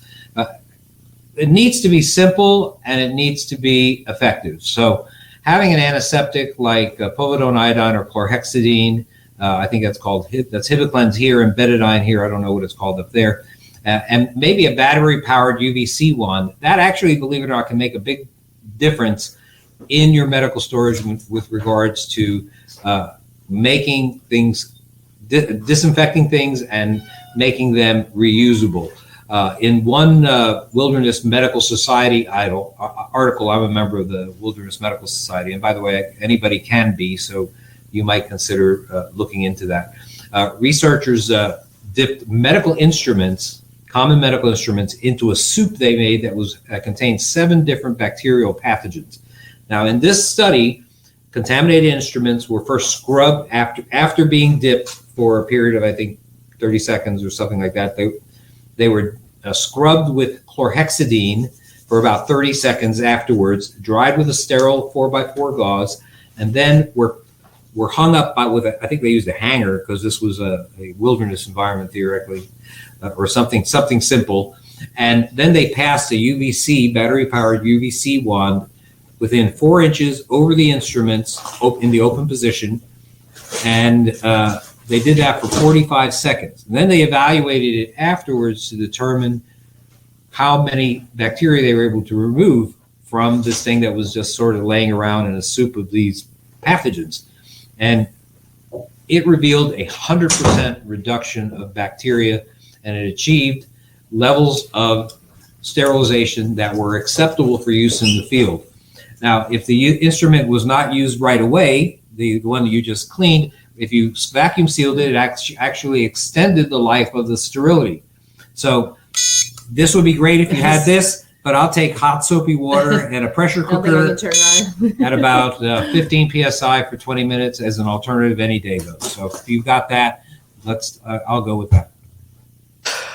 Amy, between the antibiotics, cutting yourself, getting yourself a sunburn with the UV wand, you're very committed to this podcast. We really appreciate it. You bleeding? She is very hands-on. Yes, I have bled for this show. She's very hands-on. Anyway, yes.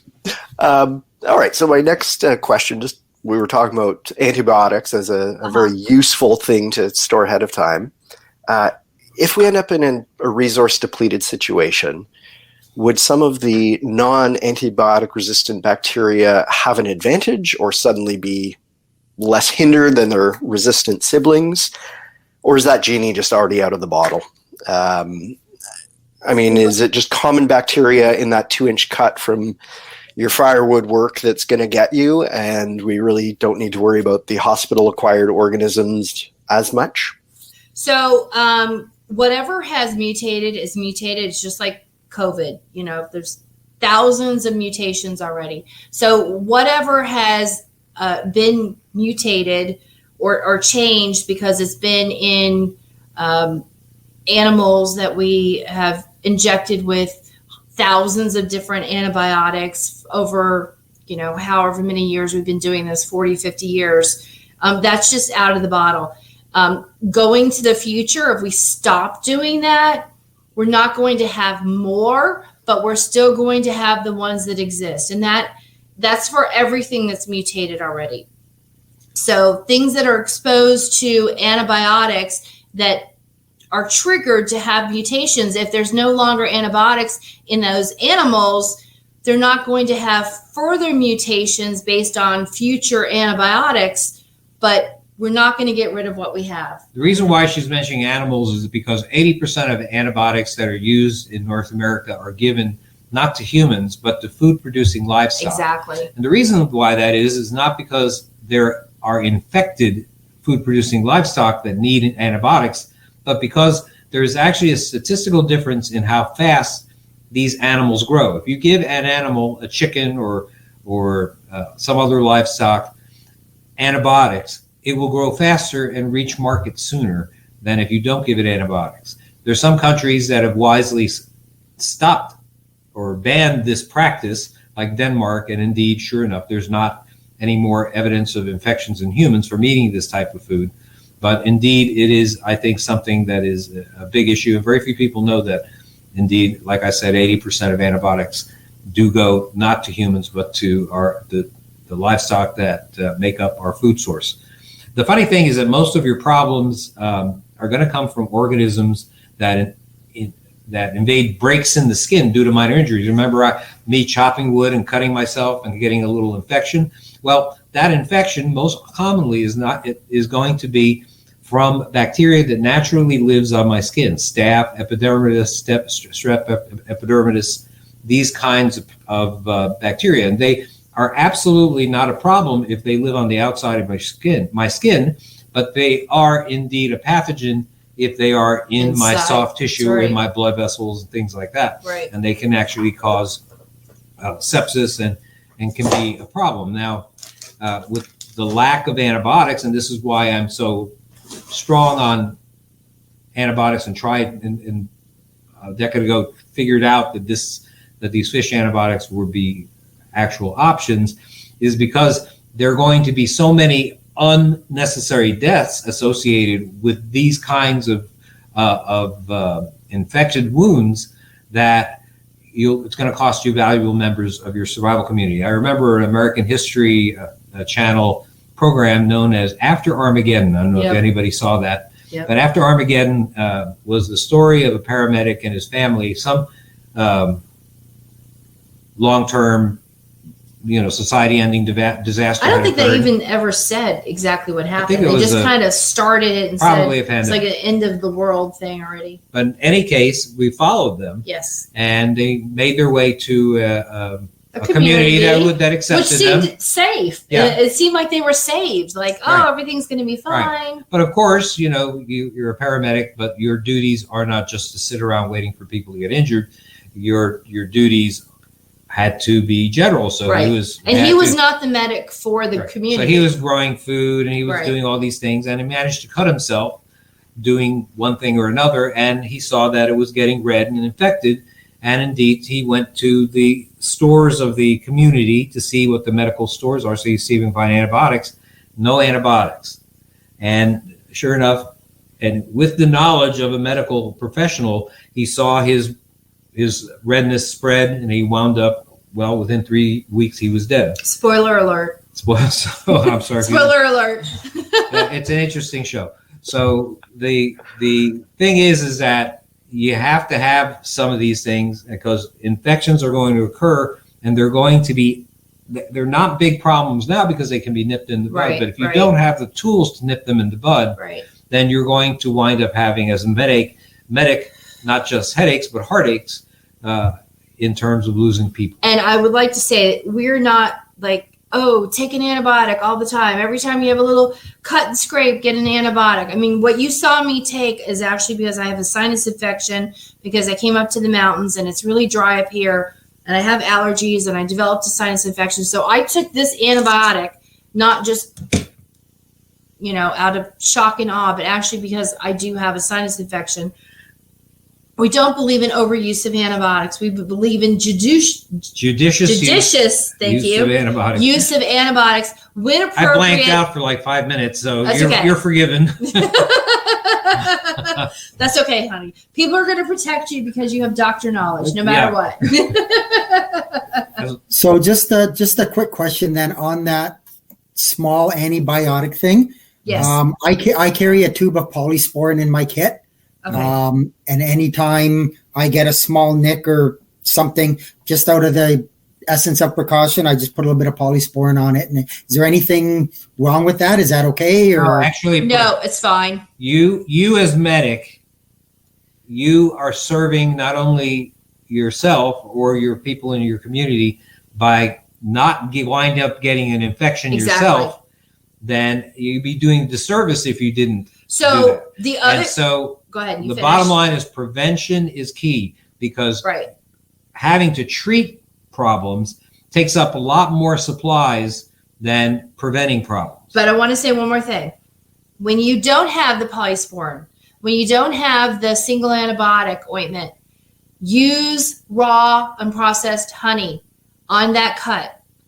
It will not only work as well, it may work better because they've actually done studies that penicillin resistant staph infections will be killed by the raw unprocessed honey that will not be killed by topical antibiotics. So you might actually be doing yourself a favor. Instead of carrying the polysporin, carry, a tiny bit of raw and processed honey in a little container, a little packet, a little Ziploc bag, whatever it is. I do have little packets of honey that I put in every single kit. They either get small packets or they get a 3-ounce container of raw and processed honey. But every single one of my kits has unprocessed honey raw, because that works really well as a topical antibiotic cream and prevention for infection, or also as a treatment for infection. Now, Darius is right when he says to flush wounds while they're still open. Absolutely. And that's something important. And of course, before putting your polysporin on, of course, you would want to flush out the wound and clean it aggressively. That should be without saying. Aggressive washing is absolutely number one for preventing infection. Kyle asked for alternatives to amoxicillin if someone has an allergy. Keflex or cephalexin has a 10% cross-reactivity with amoxicillin, so not that. But doxycycline would be useful. Azithromycin would be useful. Clindamycin would be useful. Anything in the tetracycline family, erythromycin. Doxy. I said doxy. Sulfa drugs would be good too. So those are some options. And we talk about antibiotics in detail in the book as well. I love that you guys talked about After Armageddon, because that's one of my crystal clear memories that made me think like a prepper. There you go. I know, isn't it awesome? Us too, yeah. Yeah, it came out around, we started heavily getting into this in 2009. It was a combination of Hurricane Katrina and what flu was out then? What year? Was that I forget which flu it was. Swine flu. Swine flu. So between the two of them, we looked at each other, we said, if a bunch of people died during a crazy pandemic that could have been like the Spanish flu in 1918, we could have a real problem. And so thankfully, what we prepared for has not actually come to fruition, but a lot of things that Joe and I thought about with empty shelves and trucking and shipping infrastructure, which is now a year and a half later happening.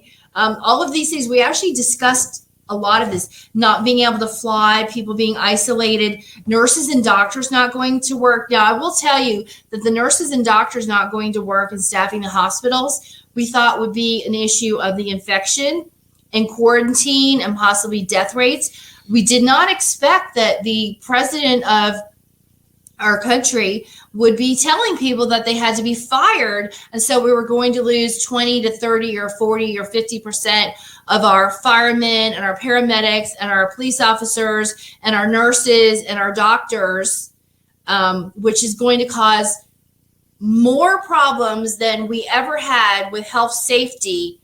But anyway, that's a whole nother story.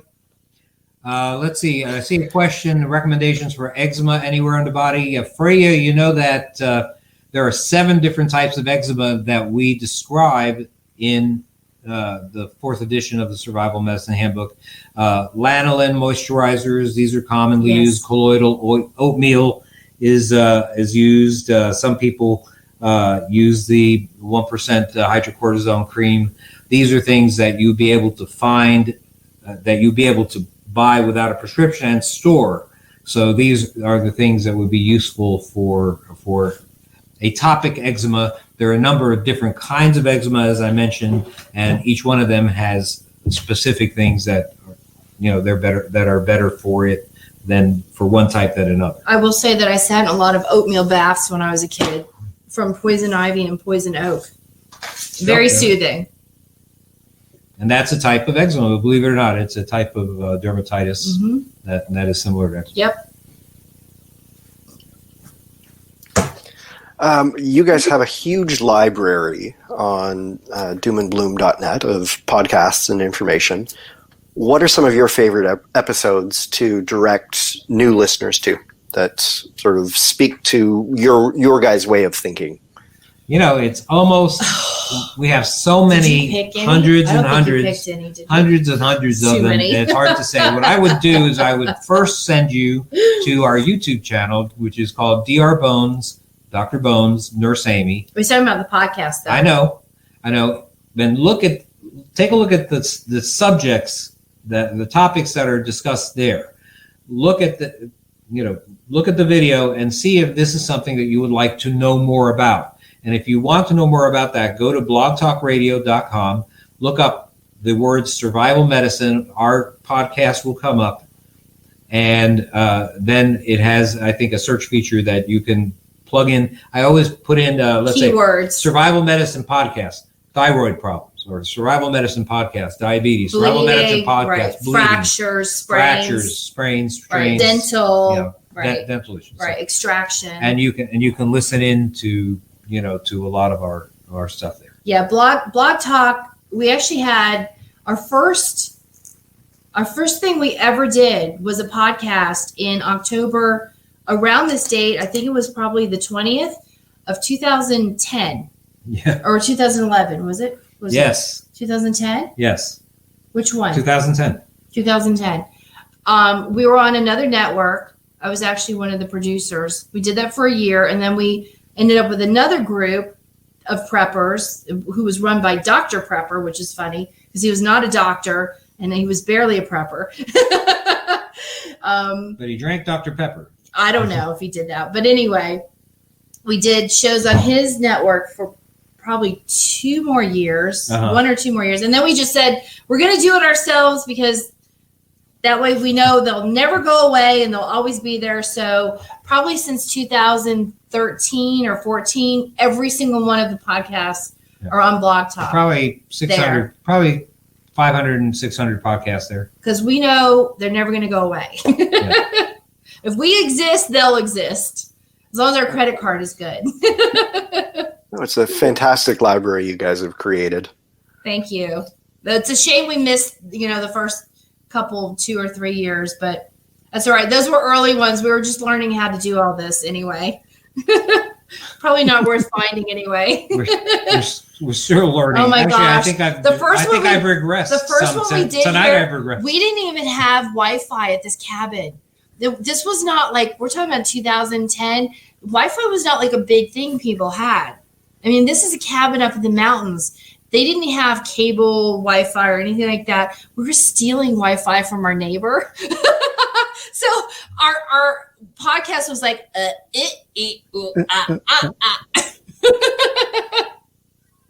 But don't tell anybody.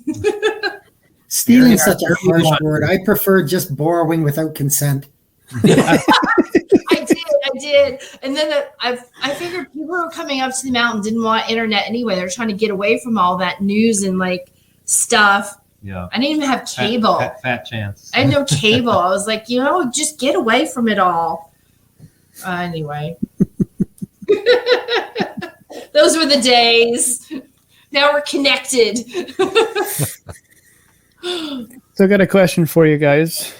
What is the best on or off-grid way to keep your hormones and thyroid problems in check?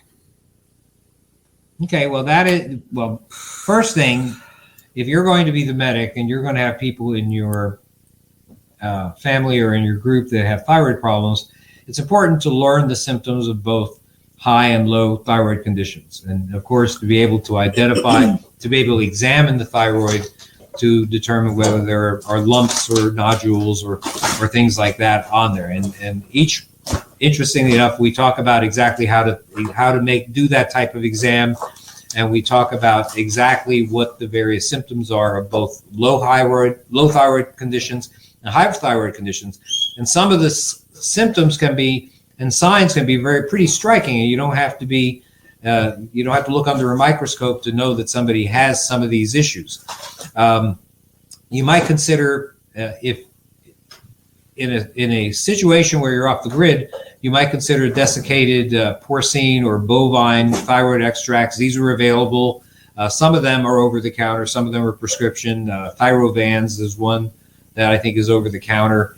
And these are a lot like alternative remedies. You would almost have to test whether they work for you individually, because they do vary from individual, and that's best done honestly in normal times. If you're thinking about using some of these natural extracts, well, basically what you should do is, whoever is dealing with your thyroid issue right now, discuss with your provider using the extract for a period of time and having them check your levels, right? Within a couple of weeks, your levels will either stay within normal range or they're going to sink like a stone. Right. If they stay within normal range, these extracts are an option for you. If they sink like a stone, they're not. Dietary changes can be useful for some thyroid issues. For hyperthyroidism, you might consider restricting nicotine, caffeine, alcohol, other substances that alter metabolism. They're helpful. Vitamin C, B12, L-carnitine, these are thought to have a beneficial effect. The same foods, by the way, the foods that you would use for, now this is for hyperthyroidism, the same, you would probably want foods that depress your thyroid. And interestingly enough, there are foods that do that, and they are cabbage, cauliflower, broccoli, Brussels sprouts, and spinach. For hypothyroidism, you should avoid these foods: cabbage, cauliflower, broccoli, Brussels sprouts, and spinach. So there are some dietary things you can do. But by the way, that leads me to one other thing. If you're going to be a successful medic, you're going to have to keep your people healthy. You're going to have to keep them fed. So you, medic, should wind up learning how to garden and putting together not only a food garden, but a medicinal herb garden. Find out what grows in your area and try to grow it. Believe it or not, there is a learning curve to these types of things. Oh, yeah. Your first attempt is not probably going to be successful, and you don't want to start a food garden or a medicinal herb garden at the time after a disaster has occurred and your people are starting to feel hungry or beginning to get sick. So these are the things that are important. And I think the medicinal herb garden is very important because if it's a long-term situation, no matter how much you've stored away in terms of medicines, right, then what's going to happen is you're eventually going to run out. Yep. It might be earlier, it might be later, but you're eventually going to run out. So you need to know what grows in your area that might have a beneficial effect. And so we outline at least 20-something different I didn't herbs count, but herbs can be used as teas. Right. How to plant them, herbs how to grow them. Herbs that you can try to extract oils from, although you need equipment for that. Make teas from, right? How to grow, as you mentioned, a medicinal garden, and that's from you get teas master gardeners. We're master gardeners for the state of Florida through the Agricultural Extension Office. That doesn't mean that we're master gardeners for Canada. But believe it or not, I know South Florida is a lot different. You got to know right. The big thing is you got to know your grow zone. Right. So find out your grow zone first. Right. Get an idea. And, I grow things that are outside of my grow zone. I actually got blackberries recently. I have 2 blackberries. I do experiment. So I want to grow things that are outside of my grow zone. I had no luck with lavender. I have had no luck with garlic. Oh, garlic is just giving me, no matter what kind of garlic I get, it just, it'll grow a green thing and maybe make a flower. And then I look underneath and there's nothing. I'm just, some things you're screwed by. So bottom line, by your grow zone. Like you guys aren't going to get oranges up in Canada, Right. I'm sorry, but I can get oranges and I have bananas and I have sugar cane. We can grow bananas. You can grow apples. It's probably that type of thing. They have pears. They have grapes. Yeah.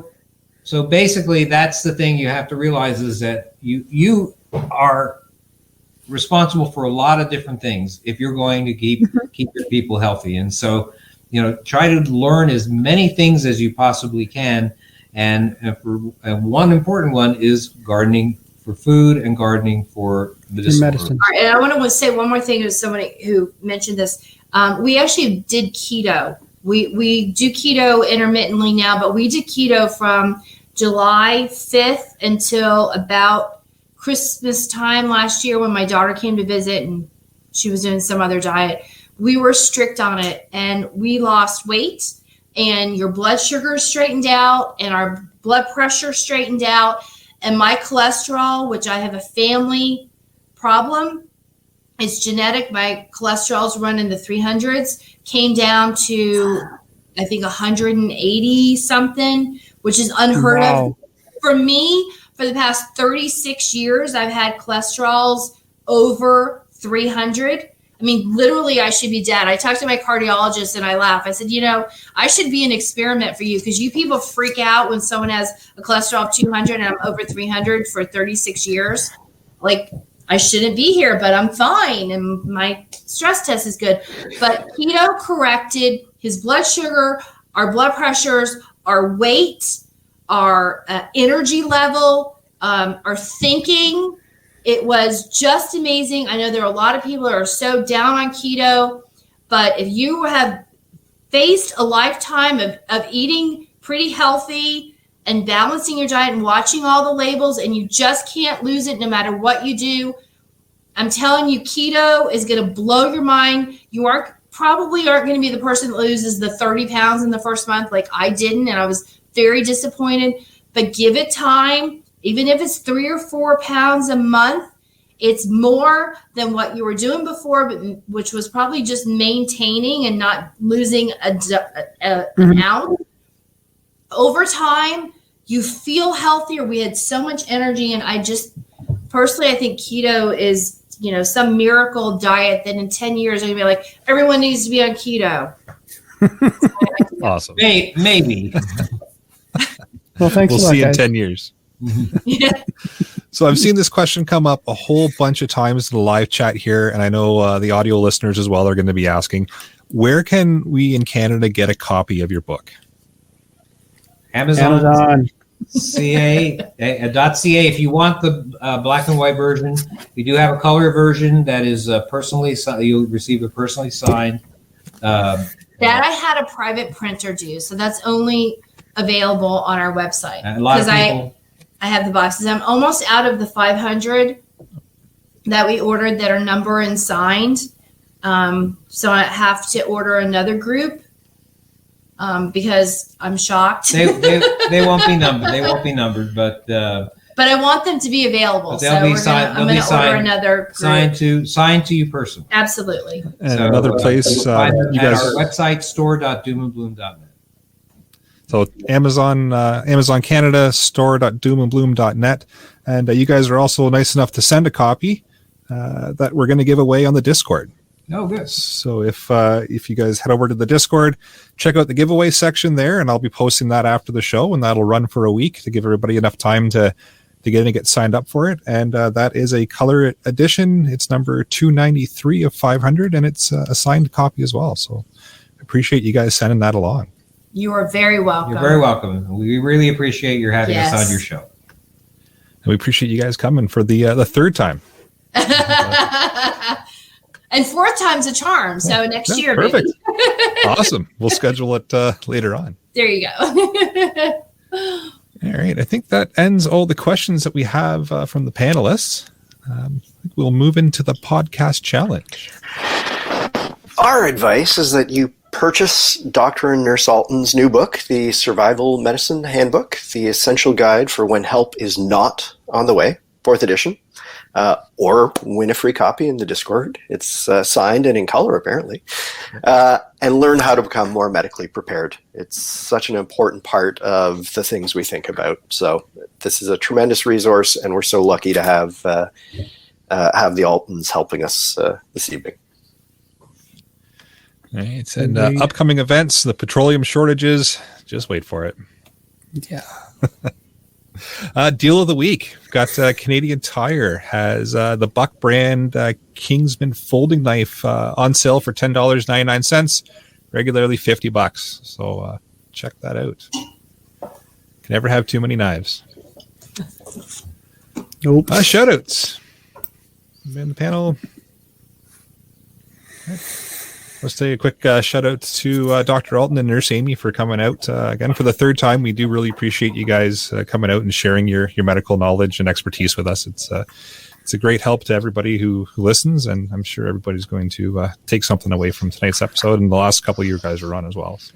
And we appreciate Thank everything. you so much, everyone. We appreciate everything you guys do for the preparedness community. I know. What an amazing group of folks you've gotten together. That's awesome. Oh, thanks. With that, I'll bring episode number 135 of the Canadian Prepper Podcast to an end. You can find the podcast on on iTunes, Podbean, Spotify, or of course your favorite podcast app. Please help us out, submit a review. It does help other people find us. We record these shows live on Facebook and YouTube. If you want an early peek at the shows, please subscribe to the YouTube channel, Canadian Prepper Podcast, and click the notifications tab.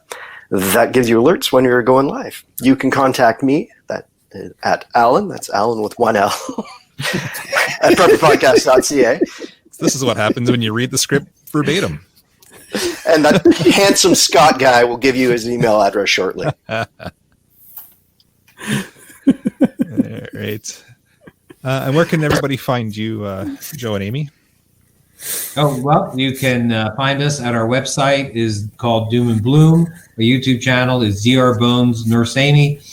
We have Facebook, MeWe, and Mighty Networks groups, PrepperNet groups. A lot of the media, social media, and connections is easy to find at the top of doomandbloom.net. I have all the little icons for the YouTube, the podcast, Apple, iTunes, because our blog talk is on that, the Twitter, Facebook, not only the regular Facebook, but the group Facebook. So it's all there. We also, of course, we're on, what's those alternative ones now? MeWe. MeWe. I don't have an icon for MeWe up there, but we are on MeWe under survival medicine, but look for groups. The thing is, when you get on MeWe and you put survival medicine, your first result is people. So you actually have to adjust your results to groups. And when you adjust your results to groups, then it will show up survival medicine for MeWe. Awesome. But we're there too. All right, Jeff. Being the gray man, you can just get a hold of me at feedback@prepperpodcast.ca. Or on the ham radio waves now. Absolutely. Yeah. Oh, yeah, there you go. Scott? You can catch me, feedback@prepperpodcast.ca. We can talk about wood gasifiers, which Kyle, I did mention earlier in the little bit about keeping the generator fueled. Kyle's stats for everybody. All right. You can get a hold of Ian at the Island Retreat at gmail.com or the other CPP, the Canadian Patriot Podcast. They record Monday nights at 9 p.m. also on YouTube. You can find me at rapidsurvival.com. You can get me on the live chat there or at feedback@prepperpodcast.ca. So thanks for joining us this evening. Until next time, be prepared, stay safe, and keep learning.